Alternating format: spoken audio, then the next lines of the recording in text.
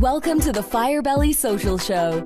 We're focused on talking to food and beverage brands that are on a mission to make the world better. Hey, everyone. Duncan here with another episode of the Firebelly Social Show, where I chat with founders and leaders of mission-driven food and beverage brands. And this episode of the show is brought to you by several groups. Firebelly Marketing, where we help mission-driven food and beverage brands craft meaningful connections and build brand on social. A shout out and sponsorship from Elite Commerce Group and Eric Martindale, who is the reason our guest is here today. And he's helping build brands on Amazon and with retail velocity and also Pod Foods. So if you're ready to turn your social media presence and your retail presence into a thriving hub of engagement, check out these brands. And I can't tell you how excited I am today about our guest, Samuel Anderson from BevAssets. And he is such a great guy. In fact, he is so ingrained in the beverage industry that a lot of people call him Beverage Man Sam. So I'm just so excited to have him. And he brings such a wealth of experience from his impressive career in the beverage world, distribution, operations, logistics, and he has a passion for driving innovation and solutions that are sustainable.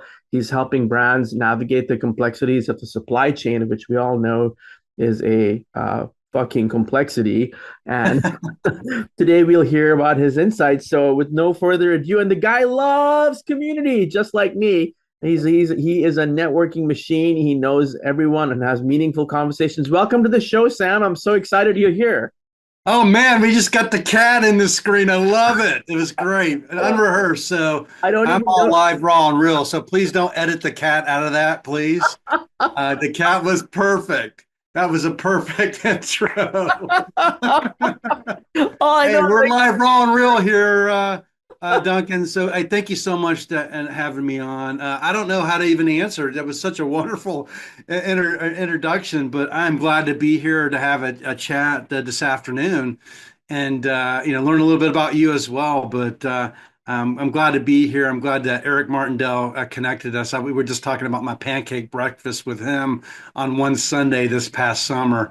And I always give, joking aside, or maybe I'm not joking, but Pizzagate with Eric, there's two pizza situations that maybe we get into it today. But one was he was kicked out of Chunky Cheese's. Sorry, Eric, but you were, and you shared it with the world. And then his kids, he has to make like a, if you take a pie, he has to put it like in four corners because each kid likes a certain type of pizza. So the guy's fabulous. But anyway, I'm glad to be here. I mean, like, what the hell, Eric? You're taking over the damn podcast here, and who gets banned from Chuck E. Cheese? That it just takes. I mean, you know that he is a substantial fellow. I should be banned from Chuck E. Cheese. I mean, I've had so many damn altercations at Chuck E. Cheese with all the. They have the craziest patrons there. Like, what is up with the patrons at Chuck E. Cheese? Well, believe it or not, I've been thinking about going to Chunky Cheese's and checking it out. There's one down in Burnsville, Minnesota here, because Eric put it in my mind, and now you're putting it in my mind. So, okay, hey, look, Sam, the first thing to know is I love you, baby, but it's not Chunky, it's Chucky. See, I'm already banned from Chunky Cheese's. It's Chucky. Okay, great. See, this day, I know. And everybody gets offended about everything. You can't say chunky, man. So well, it does cause you to be chunky. So. I know. Well, let me ask you this: like, how you have done so many amazing things. Such an amazing career with major players in the beverage sector. How'd you decide to start doing your own thing? And by the way, congratulations, because it's now officially launched. Yeah. So we just we've been doing it for a few months. We launched a company called BevAssets, and what BevAssets is, our focus is, one is to help people find work, and two is to help brands find homes. And in the industry, I used to say 85%. I was just at BevNet in LA just recently, and evidently there's a 95% failure rate for brands that are introduced in the market because they lack three things: knowledge, strategy, and resources. So BevAssets actually helps bring that knowledge, strategy, and resources. I have a partner. She spends her time between Missouri and Colorado. And we're really developed into three tiers. I'm happy to get into it, but really think of Alicia of Argo and myself as supplier hire leads. So we represent a handful of brands. We call it our incubator program that we represent ourselves across North America. We also have 40 plus sales agents that we work with, as well as a company called Green Glass Global out of Texas. So shout out to my friends down there, and then Danner Drinks out west. And then our third tier is we have our partner companies. And, so I told you we do two specific things: help people find work and help brands find home. So distributors. But we don't do a lot of other things that brands need, right? Essentially, like in your job, and you help build brands. Eric Martindale, another one, he does a certain thing with e-commerce and Shopify and Instacart. I know he's always talking about Instacart, so I have brands that want to get into that world. I don't have expertise. So we have partner companies that are part of our network. And I think that I'm just going to say this, you have your own podcast too. And I think that and you do it live, which is, that's amazing. Live on LinkedIn. And it's a great show if you haven't checked it out. It's usually on Saturday mornings, everyone, but Eastern time. But I mean, I think, Sam, you have just developed a industry reputation for being kind and being so friendly and helpful. That's true. I mean, I've talked to so many people that know you, and everyone says that, Sam. Let me ask you this: how has that, I guess I don't want to say paid off, but how has that impacted, your work? You're launching this new company. How has that approach, the nice guy? How has that worked out? Well, it's funny. It's funny you said that. You threw me off. So I'm almost like on that ESPN show. You're going to bring tears to my eyes now. You're going to make me cry. You got me. You got me something. So it's interesting. My motto, interestingly enough, is nice guys finish last in the beginning, but always finish first in the end. Oh shit, I didn't know that. That's amazing. That is my motto. So it's interesting, amazing that you asked me that. And I honestly have always been that way. Maybe it was maybe the way my parents raised me, but I always felt like if you do right by others, they'll do right by you. And karma is real. Karma can go both ways, but I believe if you put positive energy out there and you help people, they're ultimately going to help you. And I love community and the whole bit. I've always been that way. And I've gone through a journey myself. Full transparency. I don't know if you want me to get into it. I want to overtake the podcast here. But I can tell you this, I just truly want to help people because I've been doing this for 38 years and I've been paused 3 times. You know what the word pause means? Tell me. Let go, fired, re-engineered, whatever you want to call it. People get paused in their careers. They run into a roadblock, and that's why I want to help people. And I've been very blessed to lead teams, nationally, regionally, locally, and I always put the people first because of you don't believe in them, if you don't empathize with them and understand where they're coming from, they're never going to follow you. So it's just built my DNA. Now look, there's more synergy there because I say that's me right there. In fact, even what the post I did on LinkedIn today is like, you put people first, and putting people first doesn't mean that you don't have to still do difficult things, Yeah. but you just want to make sure that you're, doing what's in their best interest. I mean, what a leadership, that was a later question of mine, but what a leadership philosophy: put people first, but also be kind and help people. That's amazing. Well, if you want to go to my LinkedIn profile, I actually published my leadership philosophy, my Jerry Maguire. So if you want to read it, it's out there on a piece of paper, man. It's right there. And I always tell people when I share my leadership philosophy, Duncan, I'm not perfect. So if you see me doing something that's not in my philosophy, call me out on it because inevitably I might do that because none of us are perfect. But I publish it. I publish it to hold myself accountable. That's amazing. Let me ask you this. We in the pre-show we were talking about, you were recently at BevNet Live, and the failure rate. I was talking to Peter G from Pod Foods, and the failure rate on brands, is staggering, staggering. And I guess knowing that, how do you advise your clients and your partners when it comes to adapting to market trends? What can people do to give themselves the best shot at success? Well, I mean, it's so Gallo saying, but plan your work and work your plan. Without a plan, you're going nowhere. And I always talk about having a destination. So if you have a clear destination where you're going, then you can develop that mission of how you're going to get there. And I always talk about the what and the how. This is what you need to do, and this is how you're going to do it. And then lay out your framework of how you're going to accomplish that. That's a lot of strategy I just talked about in, a couple seconds. But the big thing is I always ask founders this. What is the difference between success and failure? Do you know? It's a deep question. I think you learn a lot more from failure than you actually do from success. I mean, Yeah. that would be my conjecture. Yeah. Well, I got to start taking a book, by the way, because I get these answers. I got to start writing them down. You know what most people tell me, or most founders have told me? That it's a valuable part of their journey, Not giving up. not giving up. So many people start a path, and when it gets tough, and because you're going to get a lot of no's. Matter of fact, everybody publishes on LinkedIn. No, no, no, no, no, no, no, no. Yes. Right. But the difference between success and failure is not giving up. I've worked for someone like Josh Wan. Josh Wan owns Force Brands. He developed Pinata with his partner, Fred Kuna. And that's what Josh told me. Jackie Berkman, who was the CEO of Finnegan's, again, another founder, this is exactly what she told me. They jumped off the deep end and they kept going. So it's motivational to me. They're my beacons, by the way.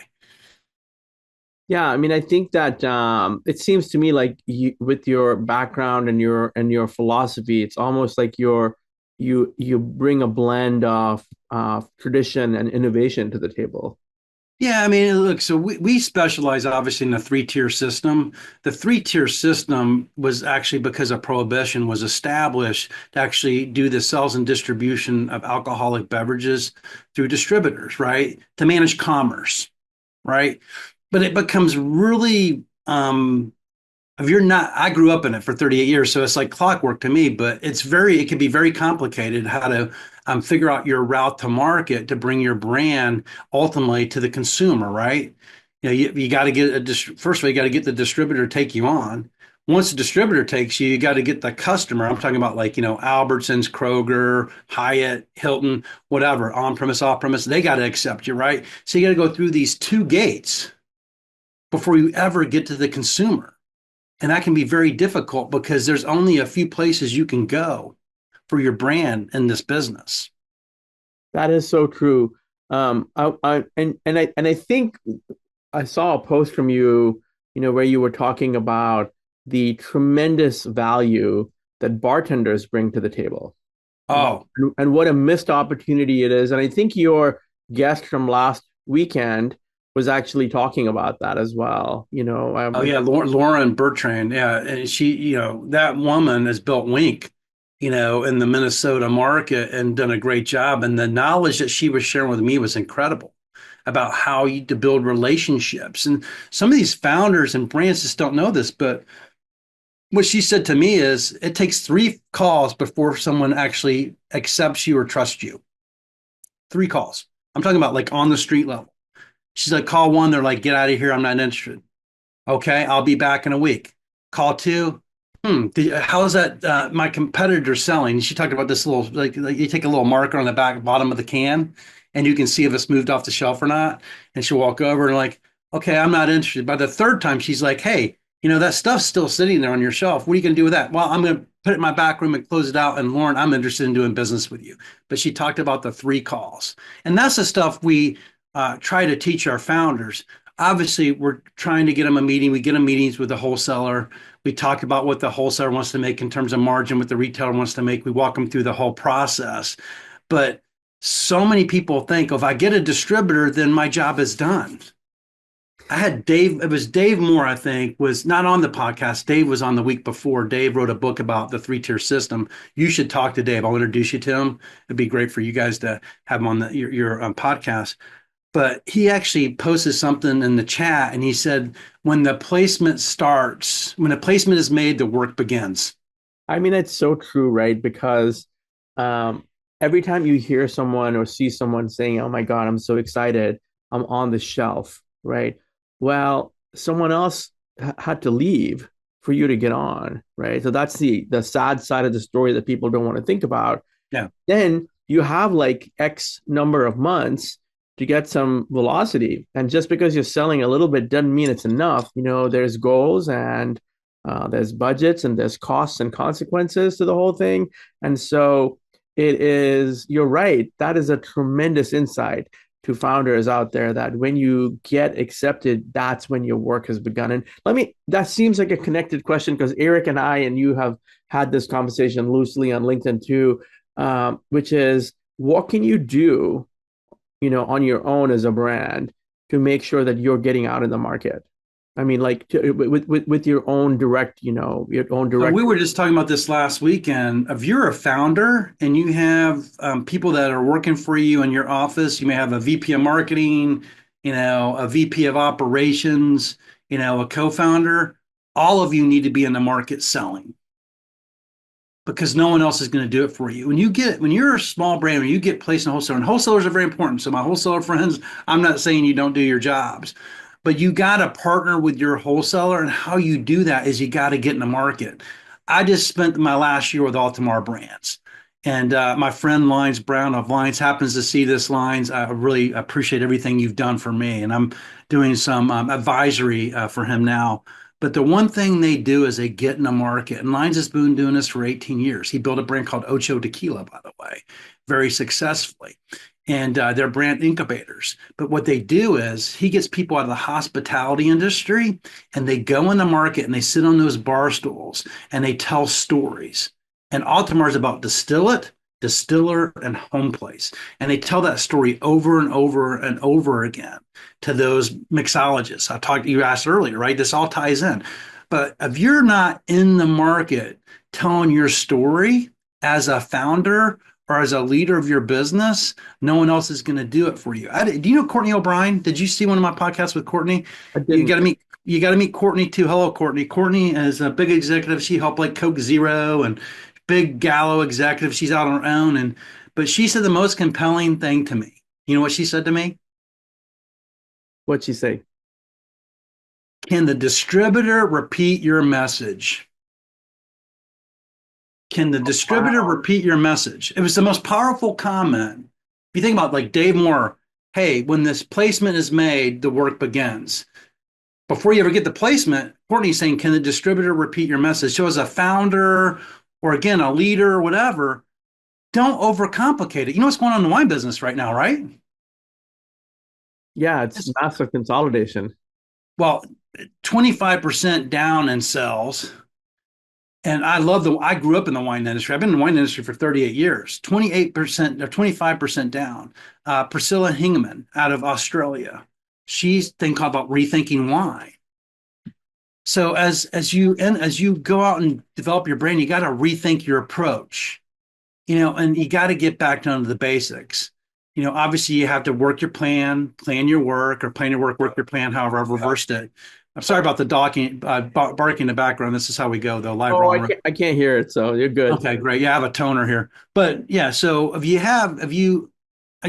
get out in the marketplace and you go where the people are and you tell your story and you find those influencers that are going to repeat your story, but just don't overcomplicate it. Keep it simple.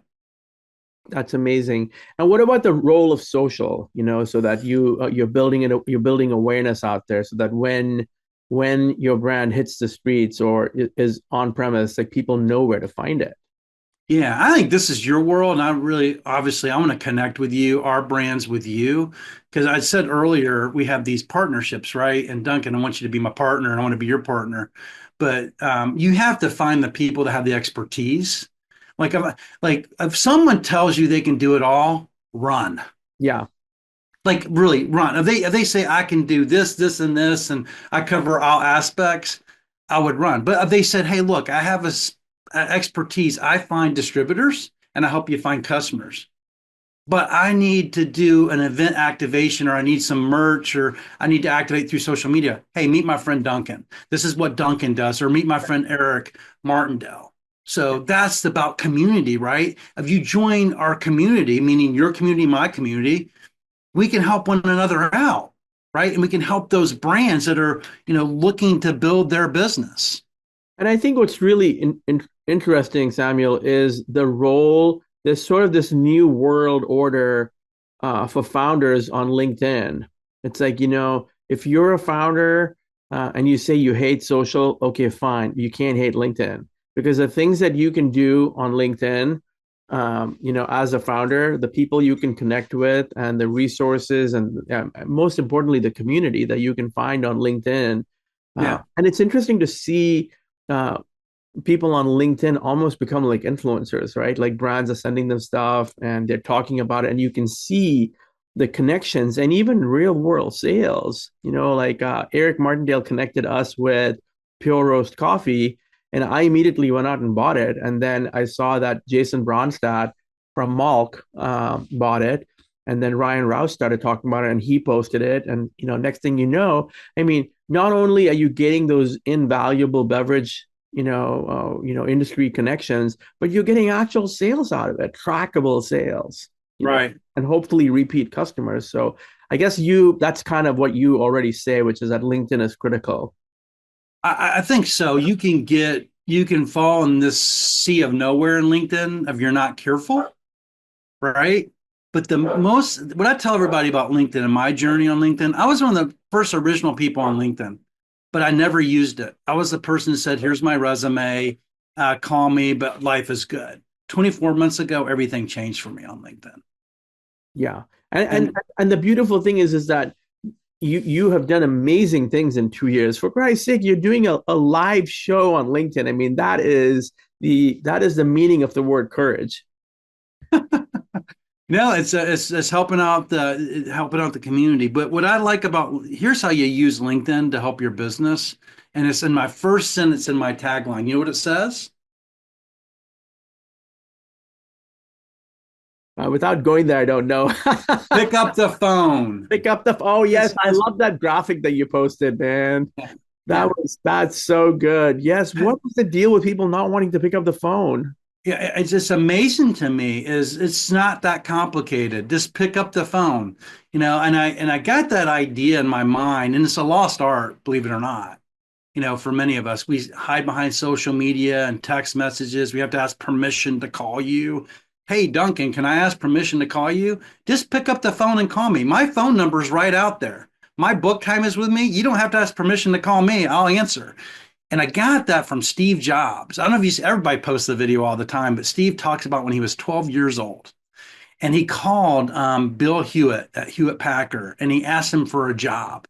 And Bill Hewitt answered the phone and gave him a job. And when Steve Jobs says, he says a lot more in this video, but what he said, because Bill Hewitt picked up the phone, when people call me, I answer. And you'll be surprised that there are people won't answer, but you'll be surprised at the people that do answer and how powerful those conversations can be. They may not be able to help you and you might not be able to help them, but you're one connection away from changing your entire life because they know someone in their network that's going to be able to help you. And guess what? If you ask my 24 months ago self versus myself today, if something paused with me this time, I don't care. I'm not worried. You know why? Because I know you. Yeah, And you answer when I call. the power of community. Yeah. Yeah. And I guess cutting through the clutter, right? It's like, hey, I'm gonna call you directly. I'm not gonna text you. I'm not gonna email you. I'm gonna call you. Yeah. Yeah. And there's a gentleman, we're going back and forth, Josh. And Josh, if you're seeing this, or you'll see it eventually, but I'm calling him today, right? Or Peter Nugent. Peter worked for me at Kellogg's. We're going to have coffee, at the Starbucks. It's that simple. Just make you can connect. That's fine. You can comment. You can follow. But the most powerful thing you can do is pick up the phone and meet them. Yeah. Have the conversation. You can do it virtually, in person. I mean, I'll tell you a story. I don't know, of course, I can tell you a story about some of the people I met that I actually met at BevNet, that I all met on LinkedIn, and we all met at BevNet. That's fantastic. What was that like? Live. Oh, it was so beautiful. So you know who Jay Williams is? You have to know who Jay Williams is. Of course, Everybody knows yes. Jay And Williams. shout out Like to, I mean, Jay Williams is getting shout outs on like all my podcasts lately, man. yeah, Freebird, man. Come on. It's like Stone Freebird. Mountain. I mean, he's probably like, I'll probably get it right, but he has like a water source. He has a white space he's developed, he's, with liquid death, and Jay, if you're following this at some point, I'm going to order the Freebird, but it should be free because I just called it out, by the way. So hopefully you'll just give me a credit. He did give me a discount. Sorry, everybody. But yeah, Jay Williams is a guy that I actually connected through LinkedIn. And it took us forever to connect, right? This is a beautiful story, but Eric Martindale's involved in the story, and a guy named Brad Champion. So I developed a relationship with Eric Martindale, had pancakes with him last summer with his kids I talked about earlier, right? So fast forward, I meet Jay Williams. So Jay Williams and I are talking. So somehow I discover, so Eric Martindale connects me to a guy named Brad Champion. Brad Champion has a product called Wastelight. So I'm helping Brad with his waste light and connecting with another company called Wendy. This is all community and connecting and bringing people together, right? So when you fast forward, I find out that Jay Williams and Eric Martindale went to high school together. That's amazing. I go out to BevNet and guess who's there? Jay Williams launching his new product, Freebird. And I got to hug him. We hugged. It was like, that's Jay Williams. And we gave a big hug. And then my friend, I just met her, just brought her up, Courtney O'Brien. Courtney was there. And another guy named Shane Lohman, who's out of Pennsylvania. He was there. And a guy named Eric Meth, who does stuff in the cannabis space, Surfside, e-commerce stuff, but very cannabis focused. All these people I met on LinkedIn, I got to meet them all live in BevNet. And they're some of my good friends, just like you. We're going to break bread one day, Duncan. I guarantee it. Oh, I love it. And the thing about, I got to ask you about Jay Williams. Is Jay Williams 30 or is he 50? Oh, his age? Yeah.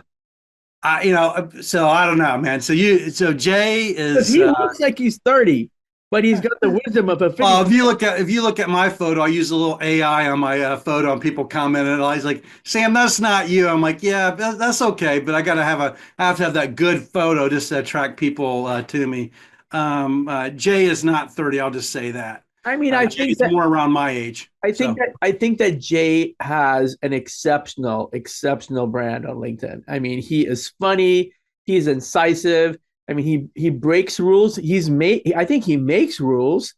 And I take my hat off to him. I mean, I think everybody should follow Jay Williams to learn about how to connect. 100%. I mean, there's a couple of people I like to give love to because they give me love, and it's Eric Martindale and Jay Williams. Eric has this very specific thing he talks about, and now I'm on like this whole Instacart thing about, okay, what's an Instacart? What's the next post on Amazon? And yeah, I know that Aldi is going to grow like this beast, but I'm not going to go to Aldi, right? And he's very responsive. I don't know how he does it, and then Jay has just been a beautiful friend. I mean, I can tell you, hats off. He's just my friend. I'll do anything for both of them. Yeah, I mean, Eric's been on the podcast, and Jay's booking, so I'm excited to talk to him. Yeah. I'm bringing. He agreed to come on the Drink Up in February, but I said, hey man, this is live, raw, and real, man. You can't hide behind the camera here. We're gonna call you right out. I mean, it's a cool world we live in. I sometimes feel like it's, I'm dating myself, but who cares? I feel like it's the early days of Twitter, where people were so excited about Twitter, and you'd go to conferences and they'd call you by your hash, by your at name. It was like, there's at Firebelly, man. Hey, it's Beverage Man Sam and at Firebelly. Yay, man! I know. Hey, Gary Vaynerchuk, right? I don't know him personally, but I know who he is. Yeah. So he did a post about live social selling. Really? Do you know what live social selling is? Tell me. So you got to look it up. So it's been going in China for a year, and I'm not for years, but you don't have to be the Diageos or Coca-Colas of the world to build a brand. That brand actually can start with you, and you can actually talk about brands on your show. So I would encourage everybody to have a podcast and talk about their brands and talk about what you do, how you help people, and bring those brands. And you can set up, different ways. And I'm sure like the experts like you And Eric can help us do that. But I've been thinking about this live social selling for a long time. All the brands I represent, you're going to start seeing me bringing some of the brands I represent to my show. And not trying to get like just get them familiar. Hey, look, this is a brand that you should take a look at. It's it's Nebula 9. It's out of California. Marcus Allen's involved in it. Just tell the story and then have Keith come on from Nebula 9 and talk about his brand. Yeah, that's super cool. That's super Yeah. cool. Let me ask you this, such an important question. You talked about, getting paused 3 times, and I love that you called it pause because it also communicates the opportunity you have to think about, what you're going to do next. How do you take care of yourself, Samuel? You are such a guy on the go. You're here, you're there, you're connecting with people, you're so fired up. How do you look after yourself? So it's funny you said that. That's something I got to be better at. I'm not perfect. And I was actually talking to a coach out of New Zealand, and I'm sure that that Teresa Christine, that's her full name, will see this. But I walk my dogs, and I'm getting up in the morning now before I eat, and I go for a 20-minute walk, and then I try to make a walk in the evening. But that's something we all have to figure out because I've gone down this path where I get in. I say I'm open to anything, and I say yes to everything. And that's problematic, by the way. That's a problem because I talk about diversity and career that people you don't I never advocate to go quit your job. I see people like go quit your job, live this life, don't go quit your job. If you have a good job, take the pay, have a backup plan, diversify yourself. And something I wish I would have told my younger self. And I had many friends that would have like apartments that they would buy and they would rent or they would redo homes. Meanwhile, they were like a sales rep selling wine, whatever. But over time, those homes that they built and those apartments they rented out, they started owning apartment buildings. And then apartment buildings became apartment complexes. And so that's how I look at my career now is that, be open to anything and say yes to everything. Some things are early seed stuff. Some things are going to pay you. And guess what? Some things are going to pause you. That's why you need to diversify. So that's what I do to take care of myself financially. But I got to be better about taking care of myself mentally and physically. But that's something we all, so I have an agreement with a coach. I'm going to coach her on what I do, and we're going to meet twice a month, and she's going to give me certain things. So I learned how to take the blue light off my phone, off my computer in the evenings. I think we talked about that earlier. And then changing out my lights in my house and going for that 20-minute walk in the morning before you eat. So those are things I'm going to do. Well, awesome. Awesome. Don't forget about the power of sleep, Samuel. Yeah, so the blue light's really important. So I track my sleep. I'm on the CPAP machine, really important. Check your sleep apnea if you have it, take care of it. But yeah, this blue light. So I track my sleep on my watch. I don't know how accurate it is, but you have your REM and your deep sleep. Normally my deep sleep's like 20 minutes. But when I did this red light last night, I stayed up till about 10 o'clock, like texting some stuff. It's kind of hard to read, but I love to be on the phone and texting people. But anyway, I got 2 hours of deep sleep last night. Oh, wow. From not having the blue light. That's amazing. So normally I get like 20 minutes. So it's only 5 hours total. Usually I try to go for 8, but the 2 hours I told my partner, I'm like, hey man, I got 2 hours of deep sleep. So that 5 that was for the 2 is much better than the 8 and the 20. Yeah. And so the important thing I want everyone to know who's listening to this is Drink Up is run by Samuel and his co-host. And Samuel, it's on Saturday mornings. Yeah, Saturday mornings, 9:30 a.m. Central Standard Time. And it's across LinkedIn, YouTube, Facebook, Twitter, TikTok. It goes across all mediums. And then you also have your consultancy, and your consultancy is Drink. Yep. So Drink has actually become part of BevAssets now. But Drink's been around for 24 months, and I've been working with brands, and then I found a partner, and she found me. I guess she'd adopted me, but I merged my company with her, and we've developed the BevAssets consultancy. We're nationwide. We have, like I said earlier, we have an incubator program where my partner, I actually think of us as supplier hire reps. We have a handful of brands we represent, and then we have over 40 plus sales agents in our network and 15 plus companies that we actually connect our brands to. If you're looking for an e-commerce solution, social media solution, we like to connect our brands to those partners. And when you go to Samuel's LinkedIn page, and he's on LinkedIn, obviously, he actually says the first thing in his profile says, "Just pick up the phone."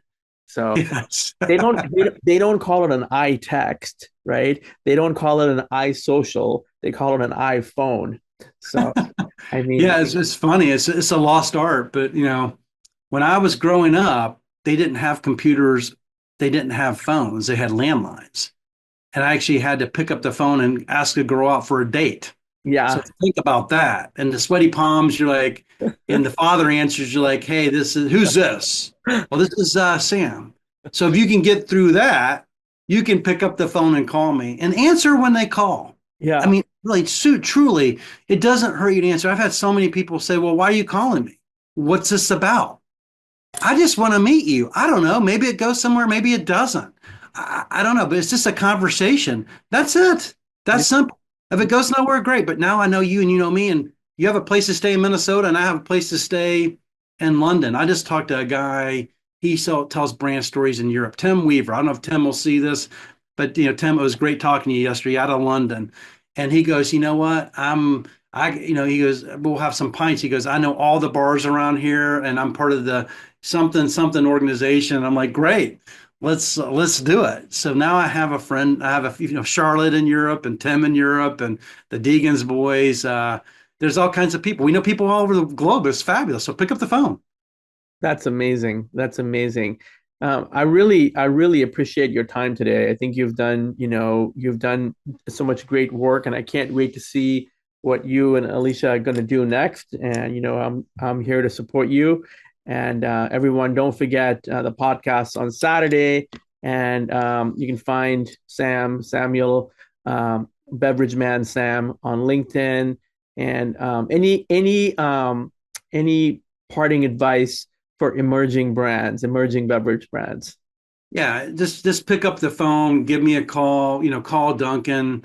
Don't be too confident that you have all the answers. Be able to step back and seek out those experts, whatever journey you're on or where you want to go. If you want to be in distribution, call me. If you want to do some social media, call Duncan. I mean, there's people out there that can help you. Be open to it, but you can't do it unless you pick up the phone. You can't do it unless you call them. You can't do it unless you answer when they call. So that's the parting advice I would give you. And just have a plan and work your plan. And Duncan, I'd be remiss to say this. I would love you to come on Drink Up, by the way. Love No to. pressure, but I'd love to have you. Love to. I know, right? And maybe bring Jay Williams on at the same time. So Jay, I would love to do it. So let's plan on it. So Jay gave me like a February 3rd date. So Jay, if you're watching this, February, I think it was around February. He gave me a couple of dates. He DM'd me the other night, and I'm like, Jay, I want to come on. You can stop by anytime. If you want to come on live this weekend, Duncan, you're welcome. You can be a third co-host. So you just let me know. So Adam Smith, my co-host, you come on and join. You're always welcome. We're going to be creating some cohort. You know what a cohort is? Yeah, yeah. I love when I come on your show and I'll be on for 15 to 20 minutes and I'll send freaking 15 or 20 messages. I'll be like, Samuel Allison's the best.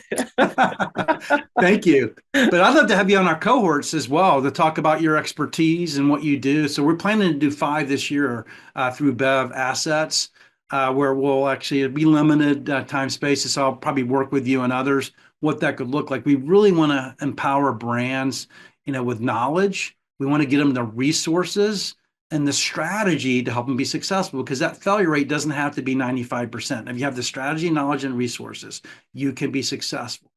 But the difference between success and failure, and I'll wrap up, is what? Is keep trying, keep going. Not giving up. Not giving up. Not That's the difference. So keep going and tap into people like Duncan, myself, my partner, Alicia Vargo, Eric Martindale. There's great people out there that can definitely help you with your journey. And just thank you for the time. I really appreciate it. It was awesome. What an incredible conversation. A huge thank you to you, for sharing your insights, your experience, and your forward-thinking strategies in the beverage industry, and from navigating distribution challenges to driving innovation and logistics. There's so much to take away from today's conversation. And be sure to check out BevAssets and speak to Sam, and Alicia about how they can help you. And of course, thank you to our sponsor, Firebelly Marketing. Thank you to Eric's company. Thank you all for tuning in. Don't forget to subscribe, leave us a review, share the episode with anyone passionate about mission-driven food and beverage brands and who's early in their game, or but just needs help in their game. And Samuel can help them. So thank you so much, everyone. This has been another episode of the Firebelly Social Show. I'm your host, Duncan. We'll see you on the next one. Thank you, Sam. Thank you. Thanks for listening to the Firebelly Social Show. We'll see you again next time, and be sure to click subscribe to get future episodes.